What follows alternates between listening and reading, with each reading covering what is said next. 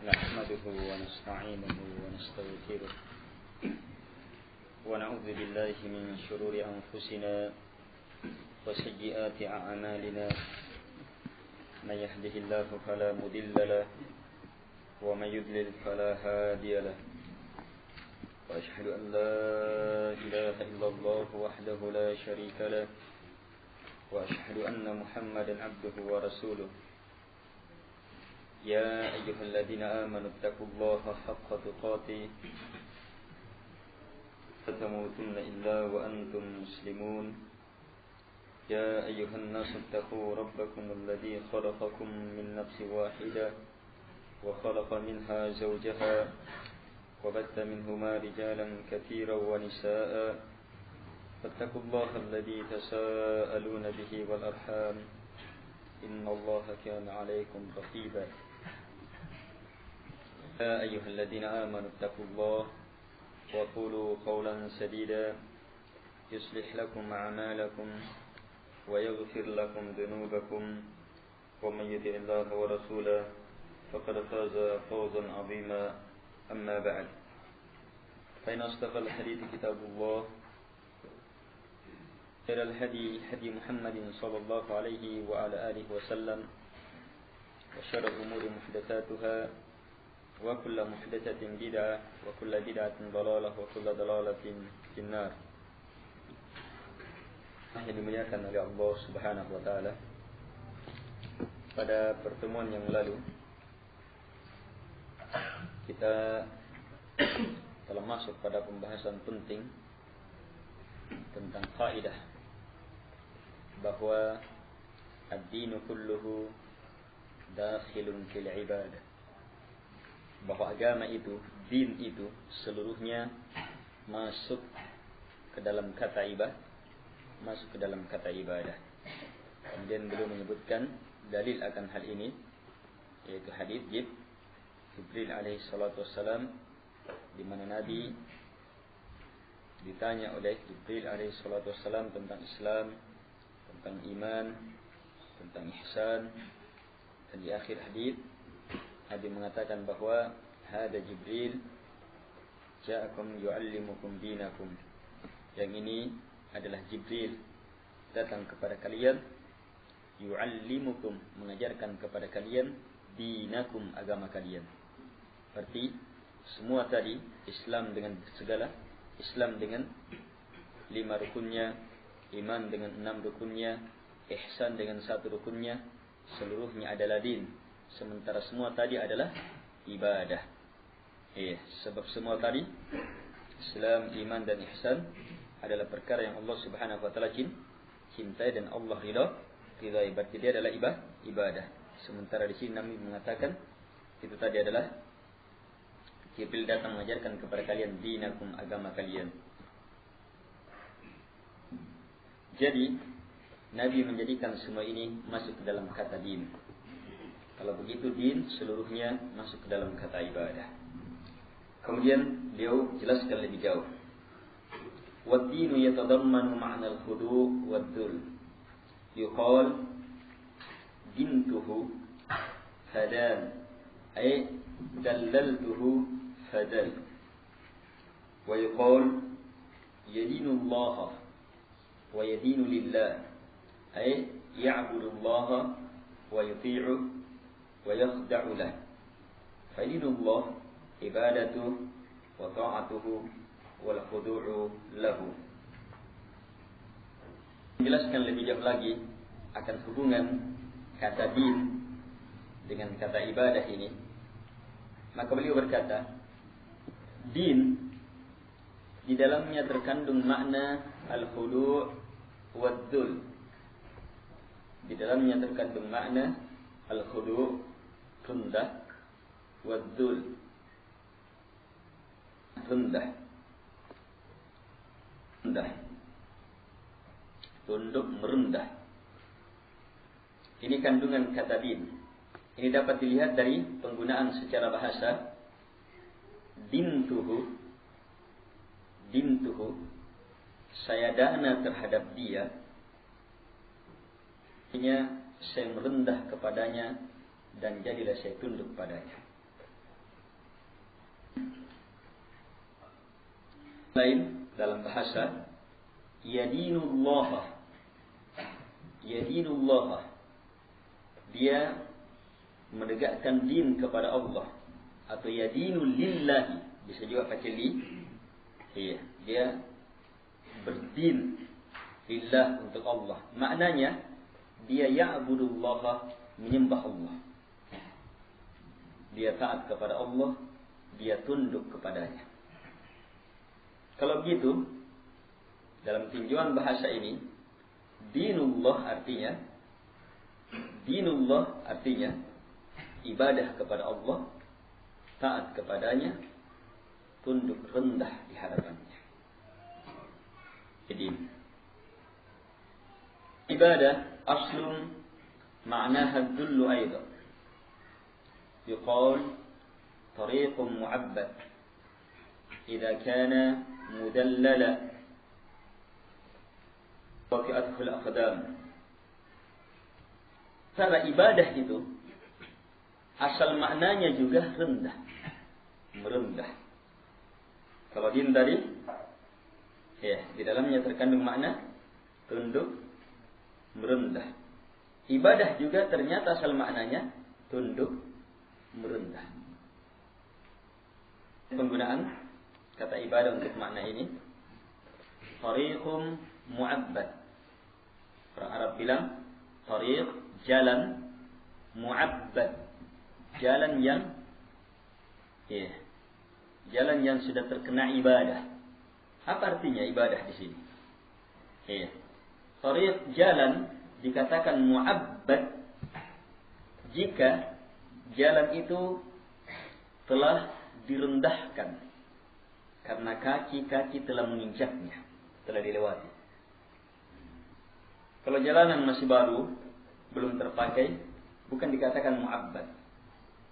Tapi kalau sudah terinjak, terpakai, namanya mu'abbad. Dan mu'abbad, ya, sama dengan kata ibadah. Di sini dipahami bahwa mu'abbad itu di dalamnya terkandung makna merendah, tunduk, merendah. Baik, di sini kembali ketemu hubungan antara din dengan ibadah. Sama-sama di dalamnya terkandung makna tunduk, merendah. Sehingga semakin memperkuat kaidah bahwa din seluruhnya masuk ke dalam kata ibadah.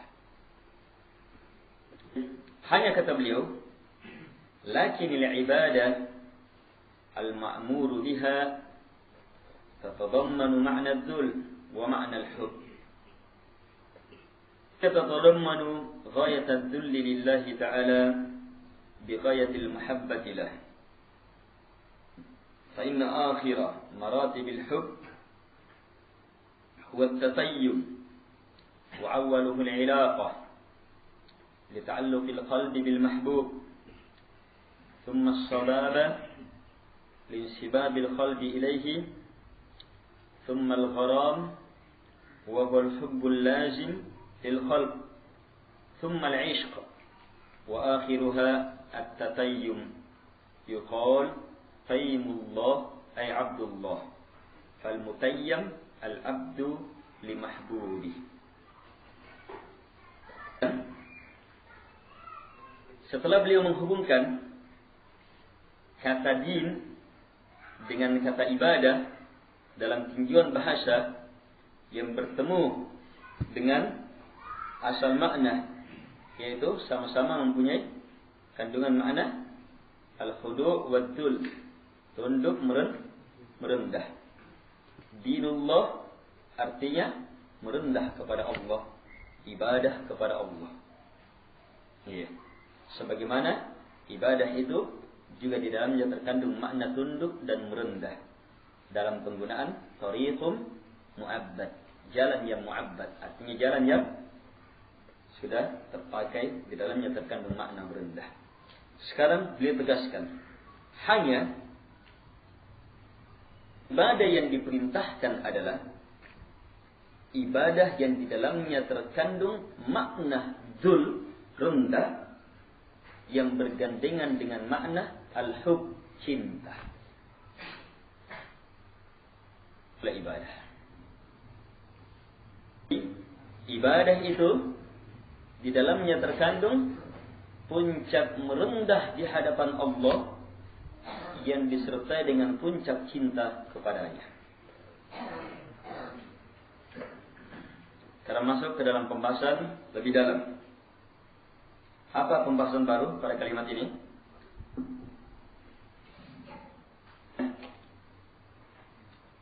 Bahwa kata ibadah bukan hanya kata tunduk merendah di dalamnya, tetapi kata ibadah juga di dalamnya terkandung cinta. Kan? Dihubungkan antara cinta dengan ibadah. Hub dengan ibadah. Setelah sebelumnya kata din dengan kata ibadah. Kata din dengan kata ibadah. Maka sekarang kata din dengan kata hub, cinta. Sebab ibadah kata beliau bukan hanya terkandung di dalamnya kata dul, merendah, tapi juga di dalamnya terkandung cinta. Dijelaskan dengan memberikan penjelasan tentang jenjang-jenjang cinta. Fa inna akhira maratibil hub huwa at-tatayyum. Akhir dari jenjang cinta adalah at-tatayyum. Mencintai sesuatu itu sama tidak? Atau berjenjang-jenjang? Berjenjang-jenjang. Bahasa Arab, ikatan cinta yang berjenjang-jenjang itu beda-beda lafadznya. Walaupun semuanya diterjemah dengan kata cinta. Akhir jenjang cinta namanya at-tatayyum. Dan pada kata at-tatayyum inilah hubungan ibadah, pada kata ibadah.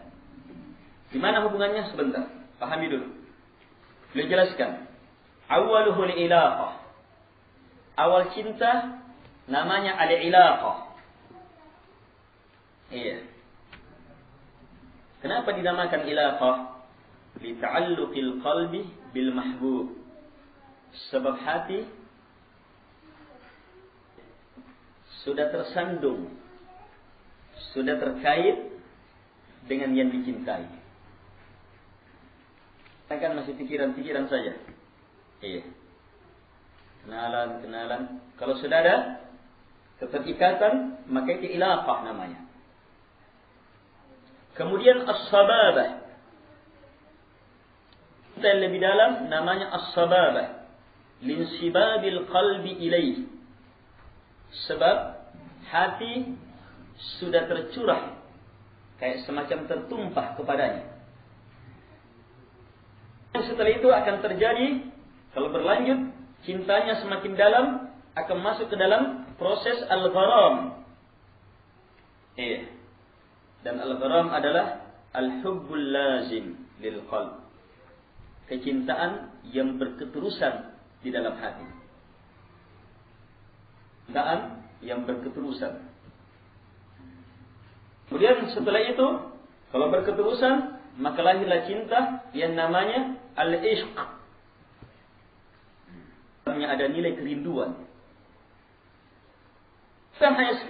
Bukan hanya sekedar ada terus itu cinta, tetapi ada dorongan cinta lebih dalam, kerinduan. Akhirnya masuk ke dalam at-tatayyum.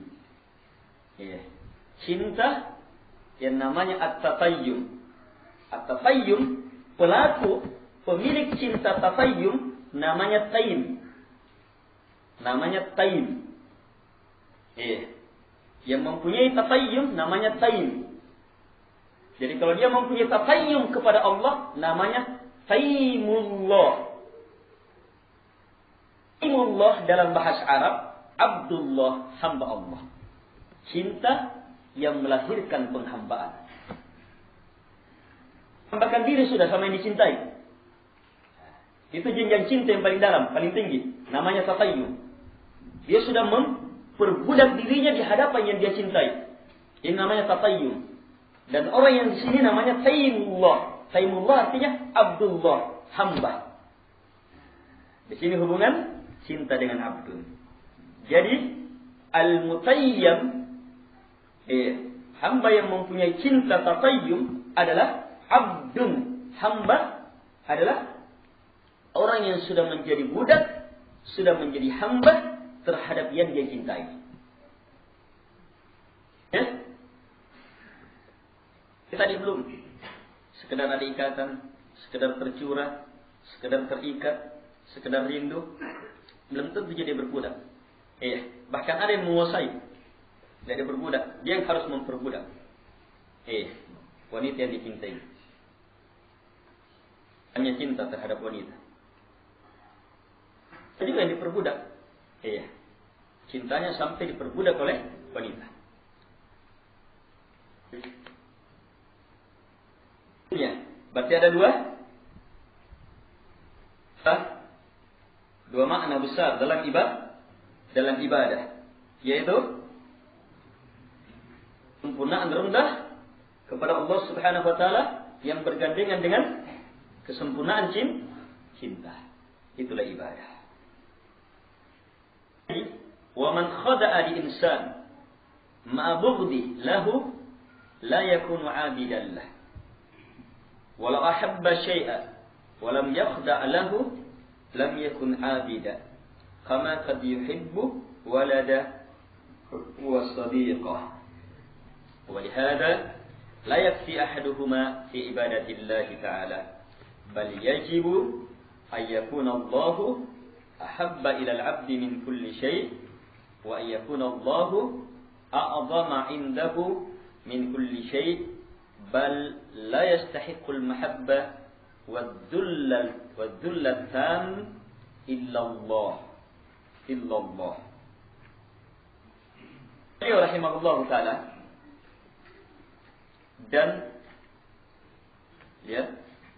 siapa yang tunduk merendah kepada manusia tetapi dia benci sama orang yang dia tunduk padanya, maka ini bukan hamba dia. Kekurangan satu kan? Kekurangan cinta. Jadi kalau ada orang tunduk sama seseorang, dia patuhi ucapannya, dia patuhi perintahnya, tetapi dia benci, maka ini bukan hamba. Sebaliknya, kalau seandainya seseorang mencintai sesuatu, dia cinta terhadap sesuatu, sementara dia tidak tunduk terhadap sesuatu itu, maka dia bukan hamba sesuatu itu. Tapi seseorang mencintai anaknya, cinta, betul-betul ada cinta? Cinta betul, tetapi tidak melahirkan kerendahan dan menunduk terhadapnya. Kan? Hamba terhadapnya. Demikian pula cinta seseorang terhadap temannya. Dua hal. Karena itulah kata beliau, tidak cukup salah satu dari dua ini dalam ibadah kepada Allah Subhanahu wa taala. Tidak cukup. Orang beribadah kepada Allah hanya karena ibadah yang hanya dilandasi karena betul-betul tunduk kepadanya tetapi tidak cinta kepadanya, bukan beribadah, bukan hamba Allah. Atau menganggap cinta kepada Allah Subhanahu wa taala cinta kepada Allah tapi tidak tunduk terhadap aturan yang Allah turunkan. Walaupun betul-betul dia cinta kepada Allah, betul-betul dia cinta kepada Allah Subhanahu wa taala, tetapi dia tidak tunduk terhadap aturan Allah Subhanahu wa taala, bukan hamba Allah Subhanahu wa taala. Bahkan yang wajib adalah supaya Allah yang paling hamba cintai dari segala sesuatu, dan agar supaya Allah yang paling agung, paling besar dari segala sesuatu.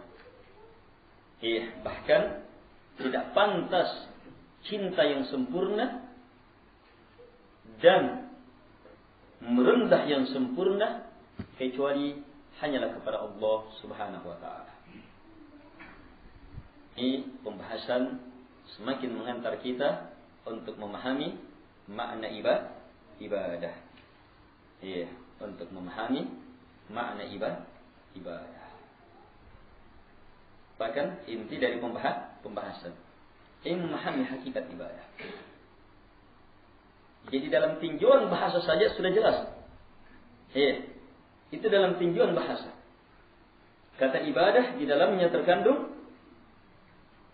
merendah dan cinta. Cinta yang mencapai puncak, yang melahirkan ketundukan terhadap yang dicintai, itulah ibadah. Puncak cinta kepada yang dicintai, yang melahirkan ketundukan merendah kepadanya, itulah ibadah. Ini dalam tinjauan bahasa. Inilah yang menjadi maksud kita dicipta. Wa ma khalaqtul jinna wal insa illa liya'budun. Saya tidak menciptakan jin dan manusia kecuali mereka beribadah kepada. Akan terlihat kita beribadah atau tidak.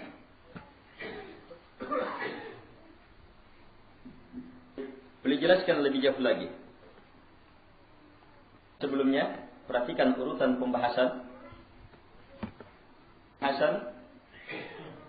Terakhir berawal dari kaidah din seluruhnya masuk ke dalam kata ibadah.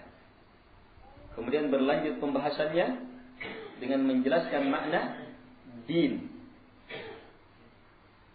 Dengan menjelaskan makna din. Dinullah artinya ibadah kepada Allah, di dalamnya terkandung makna tunduk merendah. Kemudian beliau jelaskan hubungannya dengan kata ibadah. Ibadah pun di dalamnya terkandung makna tunduk merendah. Kemudian beliau tingkatkan pembahasan, hubungkan dengan asal pembahasan. Bahwa ibadah yang diperintah bukan ibadah yang hanya di dalamnya terkandung makna tunduk dan merendah, tetapi di dalamnya juga terkandung makna cinta. Masuk beliau membahas tentang jenjang-jenjang cinta yang puncaknya cintanya seseorang kepada yang dicintai, yang melahirkan penghambaan kepada yang dicintai. Itulah abdun, itulah ibadah. Jadi, ketika seseorang mencintai sesuatu, sementara dia tidak tunduk dan merendah kepadanya, bukan beribadah kepadanya. Atau dia tunduk merendah kepada sesuatu, tetapi dia benci terhadapnya, maka ini tidak teranggap beribadah kepadanya. Kemudian beliau tegaskan bahwa kita yang sempurna, yang disertai dengan merendah yang sempurna, memang tidak berhak kecuali hanyalah Allah Subhanahu wa taala. Tidak ada yang berhak kecuali hanyalah Allah Subhanahu wa taala. Sebab itulah ibadah. Makanya ibadah adalah hak khusus milik Allah Subhanahu wa taala. Ini mulai terlihat. Hati kecintaan terhadap sesuatu yang melahirkan ketundukan dan merendah kepadanya. Itu ada nilai ibadah. Itu ada nilai ibadah. Sesuatu itu bisa berupa ulama. Bisa berupa pimpinan-pimpinan tarekat. Bisa berupa orang-orang yang dibesarkan, tunduk yang disertai dengan cinta padanya. Hati-hati. Bisa berupa kekuasaan, bisa berupa perdagangan, bisa berupa wanita, bisa berupa hal-hal lain. Anda akan diurai. Baik, kemudian beliau jelaskan lebih jauh. Wa kullu ma uhibba li ghairillah fa mahabbatuhu fasidah. Wa ma'azzima bi ghairi amrillah kana ta'zimuhu batila. Ini kaidah besar. Masuk ke dalam uraian pembahasan sebelumnya secara lebih dalam. Uraian pembahasan sebelumnya secara lebih dalam. Syekh rahimahullah ta'ala mengatakan, semua yang dicintai karena selain Allah, maka kecintaannya fasidah, rusak. Semua yang dibesarkan, diagungkan, pembesaran pengagungkan melahirkan ketundukan, kan? Ini pembahasannya. semua yang dibesarkan, diagungkan karena selain amrillah, selain karena apa yang Allah turunkan, selain karena petunjuk dari Allah, maka pembesaran terhadapnya adalah kebatilan. Terhadapnya adalah perbuatan batil. Ini ilmu ya. Iya. Perhatikan ucapan ini, kalimat ini. Kalimat ini mendalam. Iya. Semua yang dicintai karena selain Allah. Cintai sesuatu. Iya. Kenapa kita cintai? Kan ada sebabnya. Ketika jawabannya karena selain Allah, maka cinta itu adalah cinta palsu, cinta yang rusak, yang akan melahirkan penderitaan. Yang ini banyak di sini.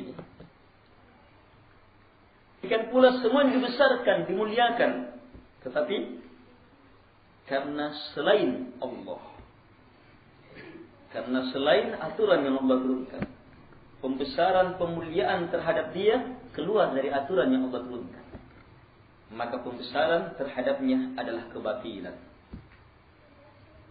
Banyak bentuknya. Semuanya adalah pelanggaran dalam asal makna ibadah. Pelanggaran dari asal makna ibadah. Karena itu yang diinginkan selanjutnya setelah lahir ibadah adalah cinta karena Allah Subhanahu wa taala. Pembesaran pengagungan juga karena Allah Subhanahu wa taala. Pembesaran pengagungan sesuai dengan petunjuk Allah Subhanahu wa taala. Disinilah lahir cinta karena Allah, benci juga karena Allah Subhanahu wa taala. Dia memuliakan sesuatu karena Allah, dia juga merendahkan sesuatu karena Allah Subhanahu wa taala. Baik, Allah Subhanahu wa taala berfirman, Qul dalam surat Taubah ayat 24. Qul, sampaikan, in kana aba'ukum wa abna'ukum wa ikhwanukum wa azwajukum wa ashiratukum wa amwalun iqtaraftumuha wa tijaratun takhshawna kasadaha wa masakin tardawnaha ahabba ilaykum min Allahi wa rasulih wa jihadin fi sabilihi fatarabbasu hatta ya'ti Allahu bi amri. Katakan ya Muhammad, sampaikan, jika bapak-bapak kalian dan anak-anak kalian dan saudara-saudara kalian, istri-istri kalian, ashirah, kerabat terdekat kalian, wa amwalun iqtaraftumuha, dan harta yang betul-betul kamu upayakan. Bukan sekedar harta karena pemberian, karena ini, itu kan tidak terlalu. Tetapi harta yang betul-betul kita dapatkan karena usaha besar, itu betul-betul sangat besar nilainya dalam diri kita. Jika ini juga, wa tijaratun takhshawna kasadaha, dan perdagangan yang kamu betul-betul khawatirkan bangkrutnya, sebab banyaknya modal di dalam, banyaknya pikiran di dalamnya, ditambah lagi keuntungan yang berlipat sudah terlihat, sehingga kamu betul-betul khawatir jangan sampai bangkrut. Juga orang usaha, kita biar bangkrut lah apa ini, tidak. Tapi ini sampai dalam perdagangan seperti ini keadaan, takhshawna kasadaha, kamu khawatir sudah bangkrut. Wa masakinu tardawnaha, ditambah lagi tempat-tempat, masakin mencakup rumah-rumah, hotel-hotel, senggerahan-senggerahan, tempat-tempat beristirahatan. Ini masakin. Tardawnaha, yang kamu ridai. Karena nyamannya misalnya sehingga kamu ridha kepadanya, karena luar biasa posisinya, strategis luar biasa, mahal tanahnya, atau penuh dengan kebaikan, ketenangan di dalamnya. Pokoknya tardawnaha, kamu ridha terhadapnya. Jika semua ini ahabba ilaikum, lebih kalian cintai, minallahi wa rasuli, dari Allah dan dari Rasulnya, serta wajihadin fi sabili, serta berjihad di jalan Allah Subhanahu wa taala, fatarabbasu, maka tunggu, kata Allah Subhanahu wa taala. Ini ancaman. Hatta ya'ti Allah bi amri, sampai Allah Subhanahu wa taala datangkan ketentuannya. Tarabbasu hatta ya'ti Allah bi amri.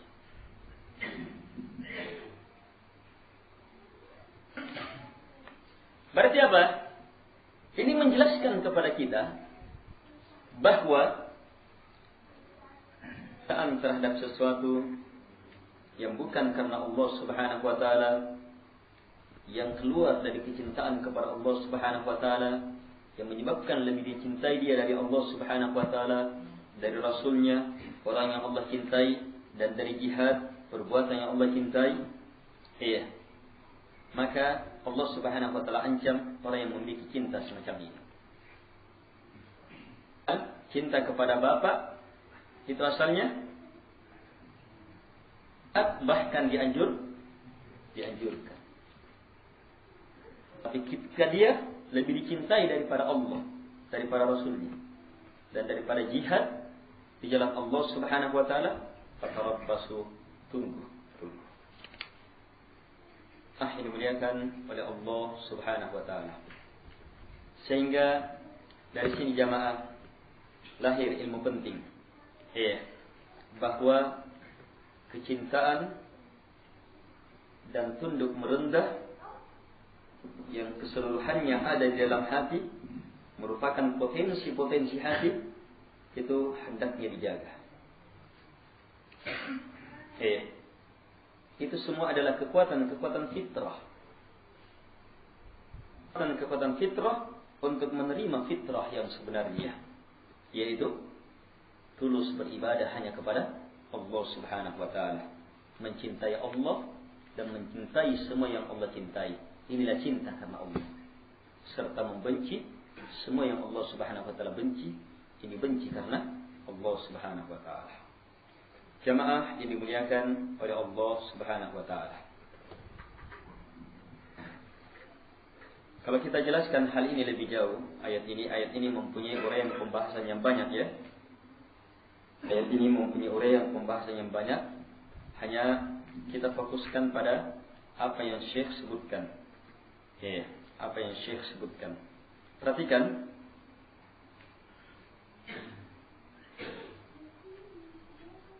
Mengatakan Allah Subhanahu wa taala berfirman, lebih kalian cintai dari Allah dan dari Rasulnya dan dari jihad di jalan Allah. Dari Allah dulu, kemudian Rasulnya, kemudian jihad. Rasul benda, sosok, dan jihad amalan. Itu amalan, perbuatan, tindakan.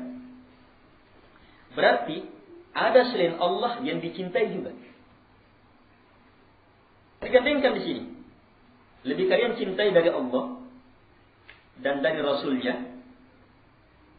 dan dari jihad di jalan Allah Subhanahu wa taala. Kalau semua tadi lebih kalian cintai dari ini, fatarabbasu, maka tunggu. Ancaman ya. Baik. Fatarabbasu, kata Allah Subhanahu wa taala. Sini lahir pembahasan selanjutnya. Ada jins. Fajinsul mahabbah takunu lillah wa rasulihi. Jins mahabbah itu untuk Allah dan untuk Rasulnya. Ini penting. Sebab kalau sebelumnya dikatakan apa? Kandungan ibadah itu cinta. Apalagi kalau dikembangkan lebih dalam lagi, bahwa cinta kepada Allah itu adalah ibadah. Berarti kapan cinta kepada Allah diserahkan kepada selain Allah, itu apa? Ibadah kepada selain Allah. Berarti syirik. Tapi ternyata ada cinta juga kepada selain Allah. Tapi ini dalam pembahasan jins mahabbah. Tahu artinya jins mahabbah? Dalam pembahasan cakupan mahabbah secara menyeluruh. Orang mencintai.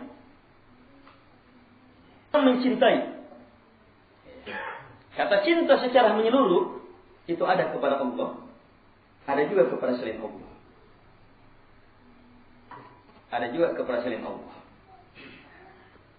Di sini dilihat yang kepada selain Allah itu boleh atau tidak. Dan di sini yang Allah sebutkan kepada Rasulnya dan kepada jihad. Kepada Rasulnya dan kepada jihad.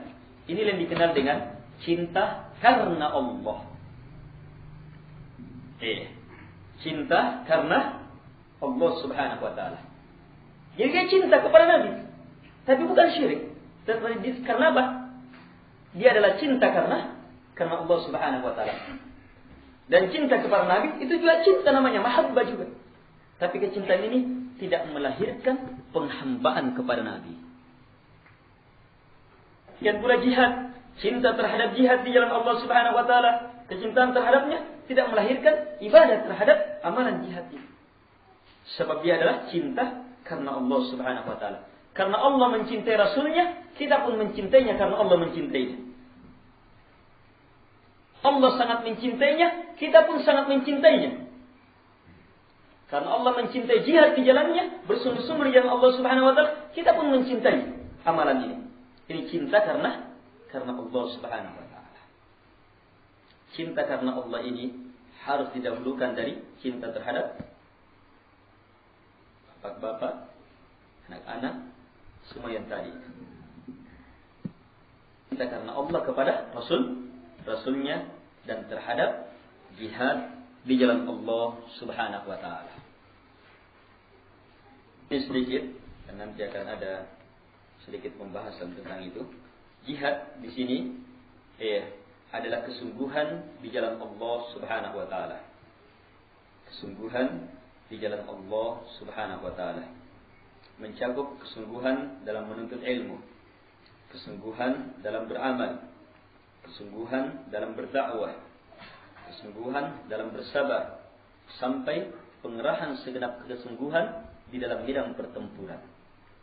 Yang jelas, orang masuk ke dalam jenjang jihad ketika dia sudah kerahkan segenap kemampuannya. Ketika dia sudah kerahkan segenap kemampuannya, itu baru jihad namanya. Sebab jihad itu pengerahan segenap kemampuan sampai batasnya, ini jihad. Bukan sekedar melakukan. Orang yang belajar sekedar belajar, orang yang hadir ke dalam majelis ilmu sekedar hadir saja. Ketika ada sedikit penghalang, sudah tidak muncul lagi. Ini belum berjihad dalam menuntut ilmu. Dan pula amalan-amalan lainnya.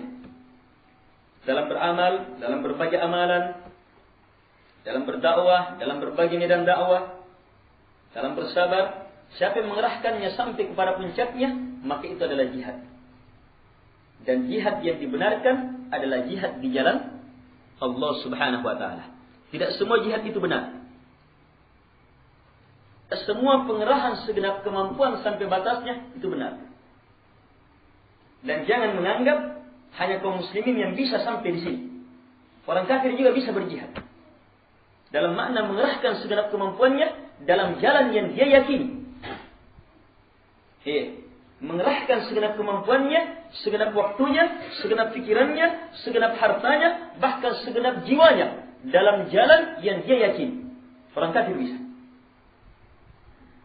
Jihad yang dibenarkan adalah jihad di jalan Allah Subhanahu wa taala. Ini harus lebih dicintai daripada yang lainnya.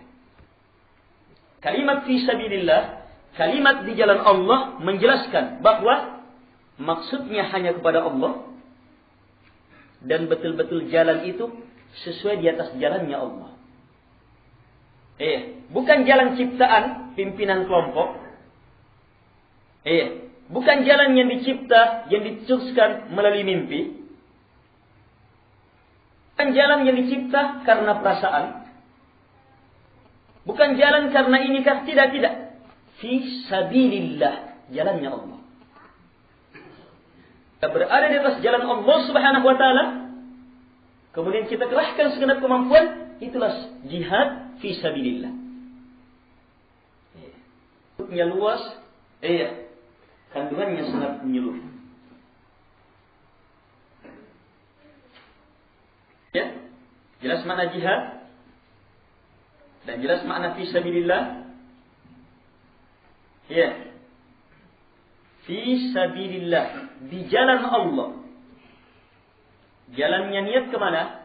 Hanya kepada Allah. Dan jalan yang ditempuh betul-betul jalan yang Allah turunkan. Itu sabilillah. Kerahkan segenap kemampuannya di jalan ini, maka itu jihad. Jihad inilah yang harus lebih dicintai daripada bapak, anak-anak, keluarga, kerabat, perdagangan dan semuanya.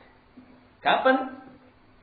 Yang lainnya lebih dicintai daripada jihad, maka fatarabbasu, tunggu, kata Allah Subhanahu wa taala. Yang dimuliakan oleh Allah Subhanahu wa taala. Baik. Jinsul mahabbah takunu lillahi wa rasuli katta'ah. Jadi jins mahabbah, kata cinta secara menyeluruh itu ada untuk Allah, ada juga kepada Rasulnya, ada juga kepada jihad. Katta'ah, seperti taat. Ada dua sudah, cinta dan taat. Ada cinta kepada Allah, ada juga kepada selain Allah. Seperti taat juga demikian. Ada taat kepada Allah, ada taat kepada Rasulnya. Taat kepada Rasul bukan ibadah kepada Rasul. Sebab dia termasuk kategori ini. Fa inna ta'ata lillahi wa rasulihi wal irda'u lillahi wa li rasulihi wal ita'u lillahi wa rasulihi. Sebutkan 4. Maka sungguh taat itu kepada Allah dan kepada Rasulnya. Demikian pula irda.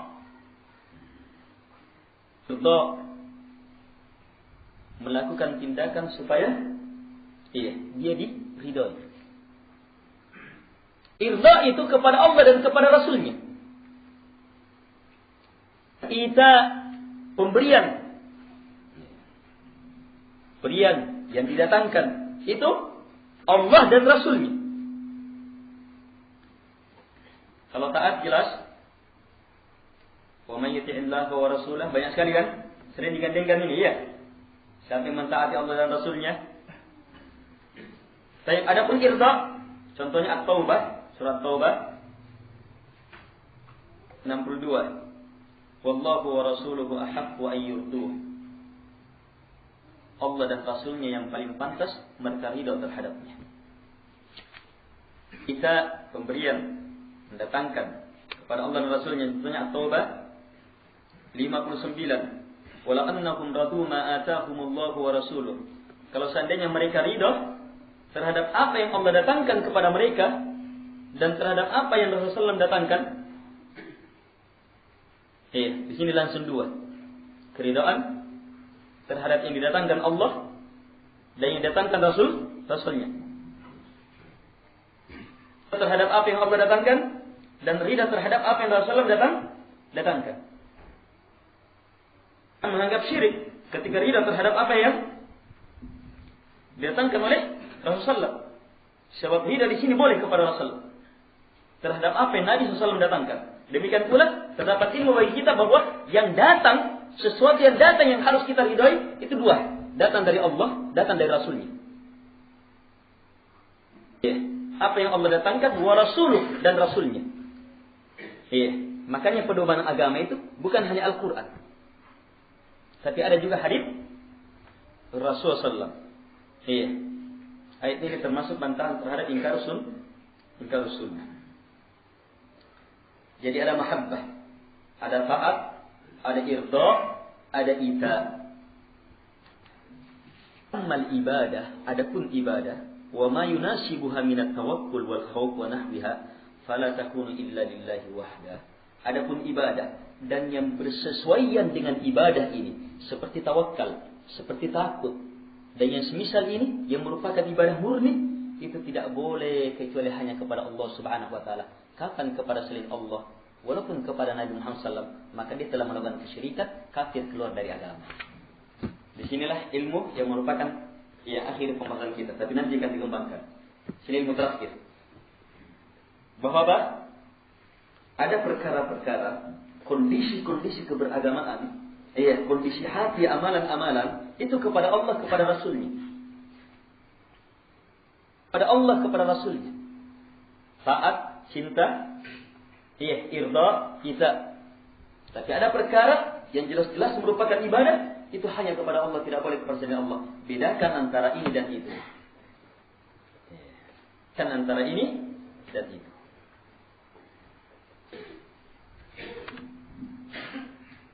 Jelas ya? Fokus pada pembahasan terakhir, ini akan diurai lebih jauh lagi.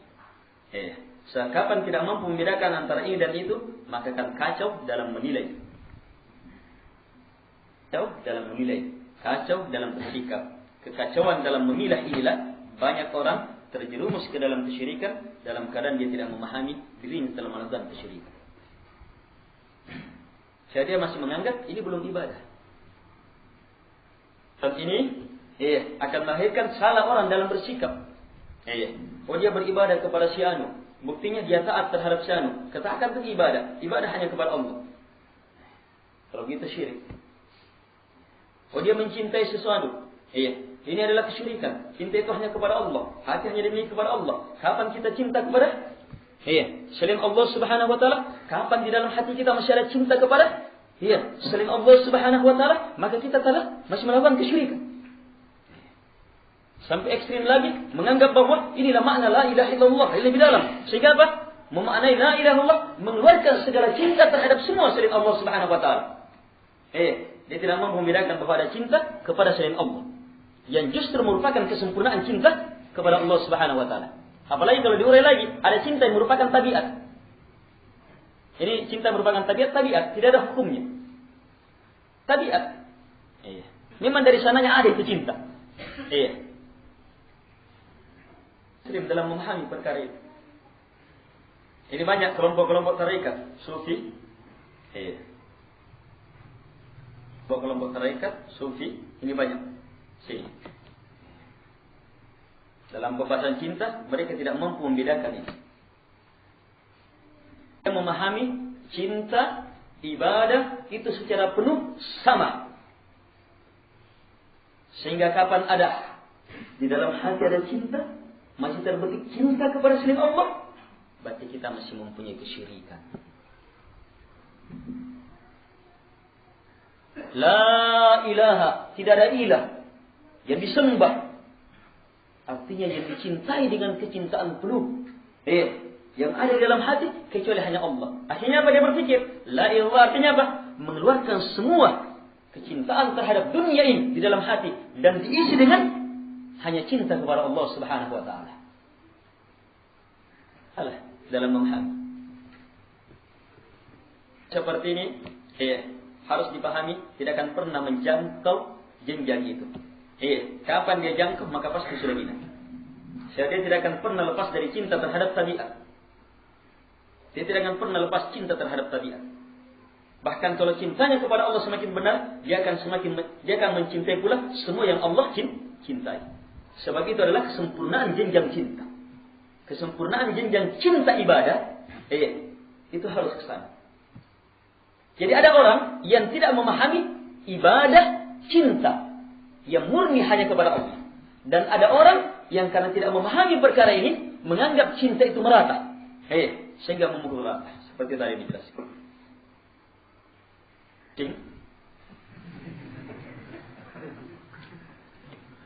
Pusing ya? Sebenarnya tidak perlu dipusingi. Baik. Jelas begini ya. Kalau dia ibadah, maka hanya kepada Allah. Kapan ibadah kepada selain Allah, syirik, keluar dari agama. Jelas? Tapi ada perkara-perkara Dia mirip dengan ibadah murni, seperti cinta. Jins cinta. Iya. Cinta dalam tinjauan umum, secara menyeluruh. Ada juga kepada selain Allah. Dan jangan menganggap ketika diperuntukkan kepada selain Allah, kita telah beribadah kepada selain Allah. Sebab dia bukan ibadah sebagaimana ibadah yang murni hanya kepada Allah Subhanahu wa taala. Walaupun memang benar ada jenis cinta yang memang hanya murni kepada Allah. Kapan kepada selain Allah walaupun sedikit, maka dia telah melakukan kekafiran besar, keluar dari agama. Ya? Jadi kelompok saya sebutkan tadi, kelompok tarekat yang tadi itu, yang karena memahami cinta itu secara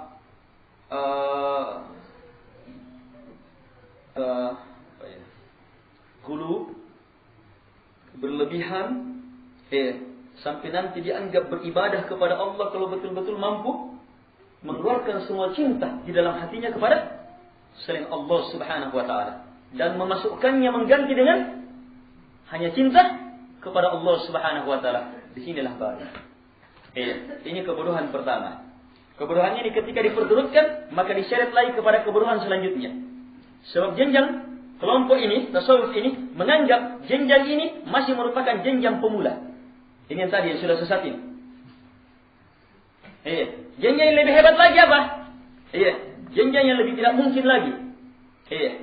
Setelah membuang semuanya, yang dimasukkan apa? Kalau tadi apa? Kecintaan murni kepada Allah. Atau pembesaran, pengagungan murni kepada Allah.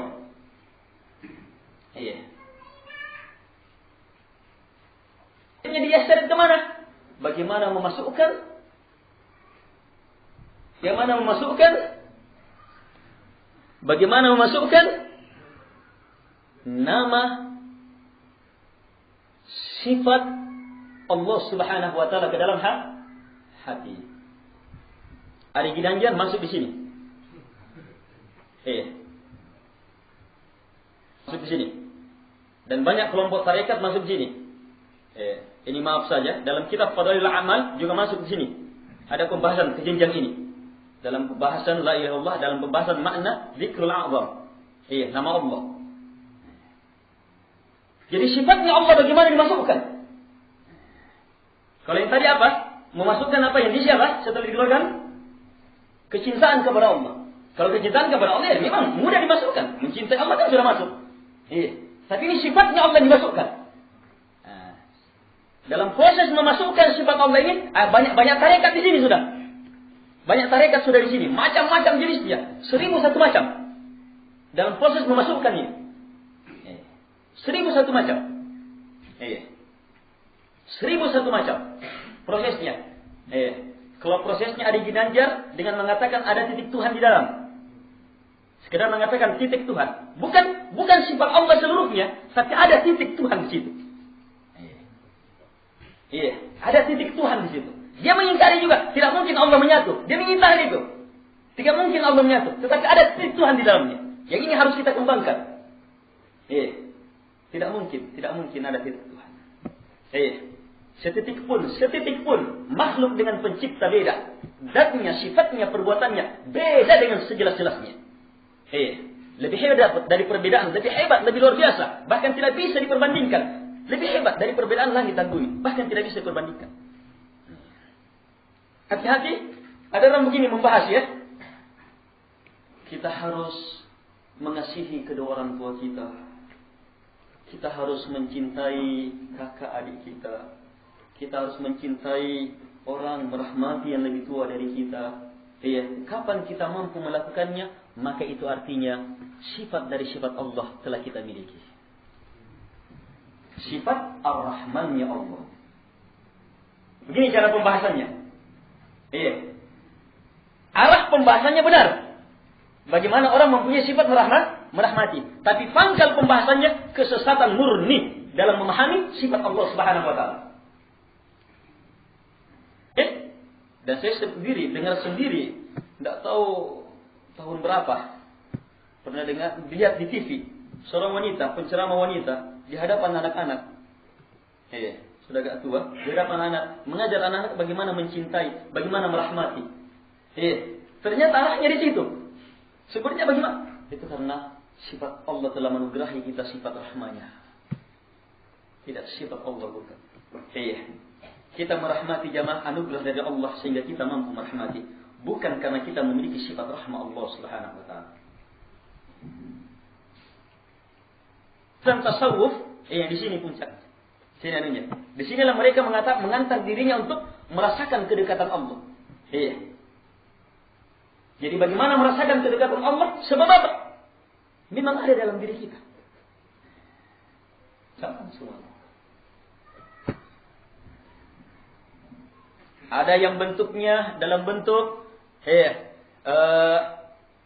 jenjang yang tertinggi adalah bagaimana dalam sholat kita mampu menggambarkan nama Allah Subhanahu wa taala di hadapan kita, nama, tulisan nama Allah di hadapan kita dan memasukkannya ke dalam hati. Yang menggambarkan bagaimana sifat cahaya Allah. Bagaimana kita mampu konsentrasi sampai memunculkan cahaya di hadapan kita, masukkan ke dalam hati sehingga sujud di hadapan cahaya. Yakin cahaya itu adalah iblis. Kalau muncul di depan, itu permainan syaitan. Modelnya, yang jelas puncak-puncaknya adalah menyatu dengan Allah. Dia adalah Allah, Allah adalah dia. Yang jelas kalau sudah masuk dalam puncak-puncak ini banyak permainan yang sudah menganggap sudah sama dengan sifat Allah, sudah begini, dia sudah bisa tidak sholat, sudah begini, sebab sama. Padahal jalur ilmu, perhatikan ini, jalur ilmu, jalur ilmu adalah jalur yang Allah turunkan agar supaya kita semakin mampu membedakan siapa pencipta dan siapa yang dicipta. Siapa yang disembah dan siapa yang menyembah. Semakin berbeda dan mampu kita bedakan, maka inilah Furqan. Justru jalurnya tadi itu apa? Kalau jalur tadi gimana? Arahnya justru semakin menyatu, tidak bisa dibedakan. Tidak bisa dibedakan. Makanya pasti akan sampai dalam kondisi itu. Kalau jalurnya salah, maka akan sampai ke dalam kondisi ini. Dia akan pusing. Kalau dia masih ada tabiatnya, dia akan pusing. Makanya dalam jenjang-jenjang ini ada jenjang khayara namanya, jenjang bimbang. Dia akan pusing. Kapan dia terus di sini lah, ada yang gila, ada yang ini, sebab dia lanjutkan. Dia bisa menjangkau ada, gimana jalan. Macam-macam. Akhirnya terjadi kesesatan demi kesesatan. Yang jelas, syaitan, jin dan manusia bermain dalam kondisi ini. Bermain dalam kondisi ini. Hati-hati jamaah. Sudah ya? Jadi perhatikan asal pembahasan tadi. InsyaAllah ta'ala kita akan kembangkan. Kemudian jangan lupa ilmu yang terbaru. Ilmu yang terbaru. Di pembahasan kita ini tentang makna din. Makna din dan hubungannya dengan kata ibadah. Kemudian makna mahabbah dan jenjang-jenjangnya yang puncaknya adalah kembali kepada makna ibadah. Kemudian makna ibadah secara menyeluruh sehubungan dengan kata din dan kata mahabbah. Kemudian selanjutnya masuk ke dalam pembahasan semua yang dicintai karena selain Allah rusak, dan semua yang dibesarkan kita menunduk rendah karena bukan karena aturan dari Allah Subhanahu wa taala, maka pembesaran itu adalah batil. Kemudian masuk ke dalam pembahasan yang sangat penting, pembedaan antara ibadah dengan beberapa perkara-perkara yang banyak orang keliru itu adalah ibadah. Jelas ini ya? Baik, sekian subhanallah.